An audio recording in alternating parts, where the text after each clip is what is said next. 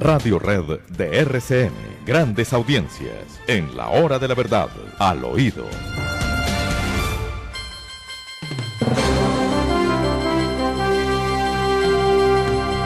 Queridos amigos, Montserrat, Sergio, Demar, Santiago José, ¿habían pensado ustedes que uno de los deberes de la inteligencia militar es hacerle seguimiento a los amigos de las fuerzas militares? Para saber con qué cuentan, para saber qué terreno están pisando, para saber en quiénes pueden descansar.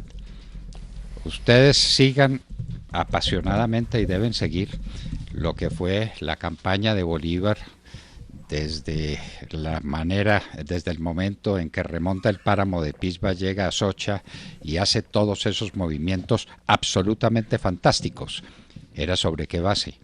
Sobre la base de buscar dónde estaban los amigos, en quién podía descansar, de quién podía recibir alimentos y vituallas y respaldo para el ejército. La inteligencia militar se ocupa no solamente de los enemigos, se ocupa también de los amigos. ¿Lo sabían ustedes? Pues claro, de todos, de contrainteligencia, sí. ¿No? De todo mundo. La contrainteligencia, no, la inteligencia. Si yo no sé por qué camino voy, si no sé si voy a encontrar amigos o enemigos, pues estoy perdido. Claro, y cuando hablo de la contrainteligencia es saber si pues tengo enemigos adentro, ¿no? Ese es el otro aspecto. Ese es el otro aspecto, claro, que evidentemente ha fallado porque enemigos adentro los hay muchos y bueno, ahí están los resultados. Miren, la contrainteligencia. El peligro de los traidores, el eterno peligro de los traidores. Eso es. Yo quiero hacerles una relación breve, porque realmente he estado aquí trabajando en el tema, sobre los escándalos de las famosas chuzadas en Colombia. Siempre la revista en este momento protagonista del tema es la misma en todos los casos. Estamos hablando obviamente de Semana, que destapa estos escándalos, mega escándalos de presuntas chuzadas. En el 2008, el primer gran escándalo fue el de las chuzadas, donde se acusó de interceptar ilegalmente a magistrados de la Corte Suprema de Justicia, políticos de oposición, periodistas, mire que es lo mismo, líderes sociales, miembros de ONGs, generales de la República, fiscales y entidades internacionales de derechos humanos, 2008. Autor presuntamente el DAS. ¿Alguien conoció de las chuzadas del DAS? ¿Recuerdan ustedes la Matajari? ¿Recuerdan ustedes todo el escándalo que hubo alrededor de ello? Pues bueno, lo presentó la misma revista.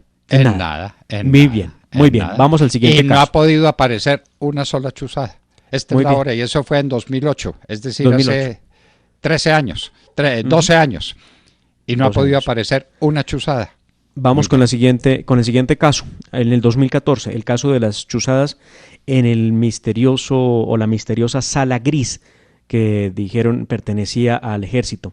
Una sala de interceptaciones que decía Semana en aquel momento revivía el fantasma de las chuzadas en Colombia. ¿Qué pasó con esas chuzadas? Nada, los mismos para las mismas. En el año 2014 también, el famoso caso del hacker, que no salía de ser un bachiller y que lo graduaron de hacker y que afectó gravemente la campaña del candidato presidencial Óscar Iván Zuluaga, con unos perfilamientos que haría cualquiera, Sergio, en internet, ¿no? Tomando Twitter. Pues y tomando buscando Google, buscando Facebook, buscando, las redes sociales. Es que un perfilamiento simplemente es que la palabra lo indica, ¿no? Hacer el perfil de alguien con información pública. Este es otro caso que terminó en la absolución a los que señalaron, ¿no? Recuerda usted al doctor Óscar Iván Zuluaga, al asesor espiritual, a Luis Alfonso Hoyos.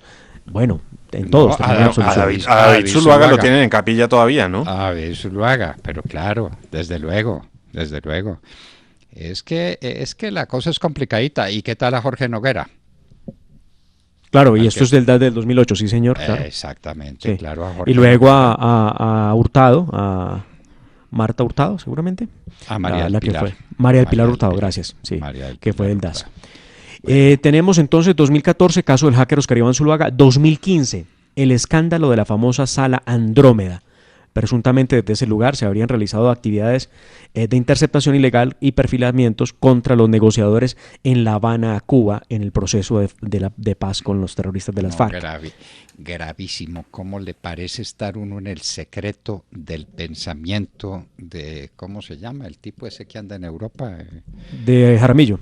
De Jaramillo. No, es decir, eso sí era llegar al tesoro para la comprensión del fenómeno. No, imagínese usted el pensamiento de Jaramillo. Aterrizamos este breve investigación de lo que se ha denunciado con el 2020 y este nuevo ataque contra inteligencia militar, ahora otra vez acusados de hacer perfilamiento y de hacer interceptaciones ilegales. No, de Mar, lo tengo que corregir, condenados. Ya los condenaron, la acusación viene después, eso no se preocupe. Sí, y viene y eso se demorará años y lo que quiera, no, ya los condenaron, ya. Al general Nicasio y a todos los hombres de inteligencia militar ya los condenaron. A los 8 de la lista esa, pues, que apareció quién sabe de dónde, porque el ministro de Defensa como que no se atrevía a darla, pero entonces la filtró o por dónde se filtró. Mire, el caso es que hay 130 organizaciones o personas, porque ahí lo mueven de esa manera, y yo he estado muy juicioso mirando parte de ese expediente que se ha podido conocer a través de la revista Semana, porque nadie más tiene esa verdad, si ustedes me lo permiten, y revisando un poco esto, me encuentro una lista más o menos larga de periodistas internacionales que fueron perfilados, muchos de ellos e investigados por inteligencia militar, porque vinieron a Colombia, gente del New York Times, gente del Wall Street Journal, vinieron a Colombia a hacer entrevistas con terroristas del ELN. Y pues yo les pregunto a ustedes, si alguien ingresa a territorio colombiano o a cualquier país del mundo a entrevistarse con terroristas, ¿las fuerzas de seguridad del Estado no tendrían por qué enterarse de eso? ¿Cómo le parece? Les toca, Edmar. Les toca. Es obligación que los servicios de inteligencia actúen. ¿Alguno de ustedes ha iniciado un trámite? Bueno, ahora está todo cerrado, pero en su momento, la nueva obtención de la visa para los Estados Unidos, por ejemplo, le están pidiendo a ustedes de ya sus nombres en Instagram, su nombre en Facebook, en Twitter, sí. Todas las redes sociales para perfilarlo, para saber usted con quién tiene relación y saber si puede ingresar o no a los Estados Unidos. Y resulta que aquí, en unas carpetas ahí de unas cuantas páginas, dicen que usted tiene X o Y amigos en Facebook, y entonces ya usted es un criminal, usted es lo peor que ha pasado en el mundo. Entonces yo pregunto, a ver, y los estados entonces tienen que permitir que cualquier persona venga a hablar con los terroristas y no puede tratar de perfilar cómo es que lo están haciendo, doctor Fernando. Eso es una responsabilidad, eso es una de las responsabilidades de las fuerzas del Estado, ¿no les parece? Y yo sigo preguntando por las visas de los periodistas, porque usted va a ejercer periodismo en cualquier otro país, así sea como corresponsal para un evento particular, debe ir con visa de periodista. Claro, le llega a pasar a algún periodista de esos. A esas personas no les han expedido visas de periodista. Estos entran como cualquier turista y llegan y se pierden en el país, en Colombia. Sí, en la manigua, pero sin ninguna visa, y las autoridades migratorias, ¿dónde están también en todo Pero esto? vaya que le ocurra a algún periodista esos, a ver qué ocurre, qué le pasa al Estado colombiano, ¿no? Ah, bueno, como le pasó a Langlois, que terminó Sí, metido señor. allá en Sí, señor. la manigua. ¿Sabe cómo se llama eso en términos bien fáciles de comprender y especialmente en términos bancarios? Persona particularmente o principalmente expuesta. Una persona expuesta es una persona que tienen que mirar muy de cerca. Sí, agrandar un poco la lupa. No, pues lo sé porque yo soy una persona expuesta, pero ¿cómo no va a ser una persona expuesta con la bomba que me ponen? Soy periodista, intervengo todos los días en la vida nacional, pues estoy expuesto. Claro que sí, me expongo y debo estar perfilado. Eso es un delito, el delito de perfilar. Yo perfilo, tú perfilas, él perfila. ¿Eso cómo se conjuga? No, pero por favor, seamos serios. Y entonces es que descubrieron que inteligencia militar tiene interés en saber cómo son determinados periodistas. Pero elemental. Tienen que saber dónde están parados, o no.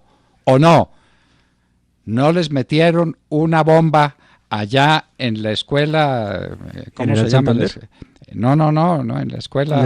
En la militar. No, hombre, en la escuela de formación de los oficiales. Al lado. En la Escuela Superior de Guerra, en su momento. En la Escuela Superior de Guerra. Sí. ¿Por qué les metieron en Bogotá? ¿Por qué les metieron la bomba? Por falta de inteligencia militar. No sabían que esa señora lo que estaba haciendo con sus visitas no era demostrando su afición y su respeto por el ejército, sino estudiando la manera de cómo meterles un bombazo y matarlos a todos. La Matajari de las FARC, que terminó en libertad gracias al tribunal que ellos diseñaron. Al de la JEP. Sí. Fallas de inteligencia. Las batallas y las guerras se suelen perder por fallas de inteligencia. De manera que aquí, hábilmente, utilizando a algunas personas que uno sí se queda sorprendido, hábilmente le quieren dar una puñalada en el corazón a la inteligencia militar, y a eso se presta el general Navarro. Mi general, perdóneme, pero no lo entiendo. Usted está matando la inteligencia militar que está bajo su mando. Lo que pasó cuando usted mandaba, porque usted es el comandante de las fuerzas militares. Y entonces ahora quiere hacer causa común con el ministro de Defensa y decir que esto es gravísimo, y lo que está pasando, y la libertad de prensa, y los seguimientos, y el horror, las atrocidades de la inteligencia militar en Colombia. Por favor, general, ya al ministro de Defensa, ya para qué le decimos nada más después de lo que hemos dicho. Pero esto es una atrocidad. El ejército está siendo derrotado por la propia gente que lo conduce y que lo dirige. Sabemos que esto tiene por allá un personaje bastante extraño, que es el general Mejía. Bastante extraño, ¿no? Yo me imagino la vergüenza que sentirá en el más allá el padre del general Mejía. Ese sí, un gran general de la República. Ese sí, un grande hombre. Ese sí, un batallador insigne de las mejores batallas del ejército de Colombia. Ver a su hijo en estas trapisondas. Ave María, por Dios. Ayer veíamos al fiscal general de la Nación en alocución, si me permiten el término. Se dirigía a los colombianos a través de las redes sociales, que es la única manera que tienen que hacerlo ahora los organismos del Estado, y leía un comunicado de varios puntos, donde el segundo punto dice: será citado a interrogatorio el general en retiro, Nicasio de Jesús Martínez Espinel, quien era comandante del Ejército Nacional de Colombia al momento de los hechos materia de indagación, y hace una serie de una exposición muy breve de la investigación, de qué es lo que se ha hecho, desde qué momento, y termina de la siguiente manera en el punto sexto, y me permito leerlo. No se admitirá por parte de la Fiscalía General de la Nación que a través de las instituciones del Estado se violen los derechos humanos ni la libertad de expresión de ningún colombiano. Muy bien. Entonces, pero pues es que este señor se la pasa en declaraciones. El cumplimiento de sus deberes y adelantar pruebas e instrucciones era otra cosa que nos enseñaron y que parece que quedó perdida. Y es que un proceso penal empieza por una fase que se llama de instrucción, que es recopilación de pruebas, que es la búsqueda de la verdad, que es la parte instructiva, lo que le corresponde a la fiscalía. Y luego viene la segunda parte, que es el juicio. El juicio es la valoración que de ese material probatorio hacen los jueces competentes. Entonces, ¿dónde está aquí la instrucción? No, ya llegamos no solamente al juicio, sino al fallo. Ya fallaron. No, nadie ha condenado al general Nicasio. ¿No lo condenaron? Lo condenaron públicamente. Estaba de candidato nada menos que para ir a Ginebra a uno de los cargos más altos que pueden otorgarse a un militar retirado, y lo sacaron de ahí. ¿Lo sacaron en qué? En castigo por unos delitos que nadie le ha comprobado, de unas irregularidades que nadie pudo demostrar. Ya lo condenaron. Eso es inaudito. Por favor, entendamos. Bueno, entonces, ya los estudiantes están volviendo a clases en China, les quiero contar. Sí, pero 5 meses después del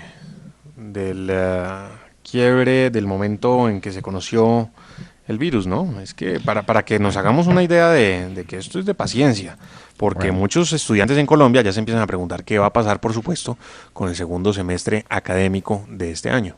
Bueno. Y no solo eso, Sergio, piensa en esto, ahorita que dice el doctor Fernando lo del regreso de los estudiantes a China, las medidas de aislamiento preventivo se mantienen.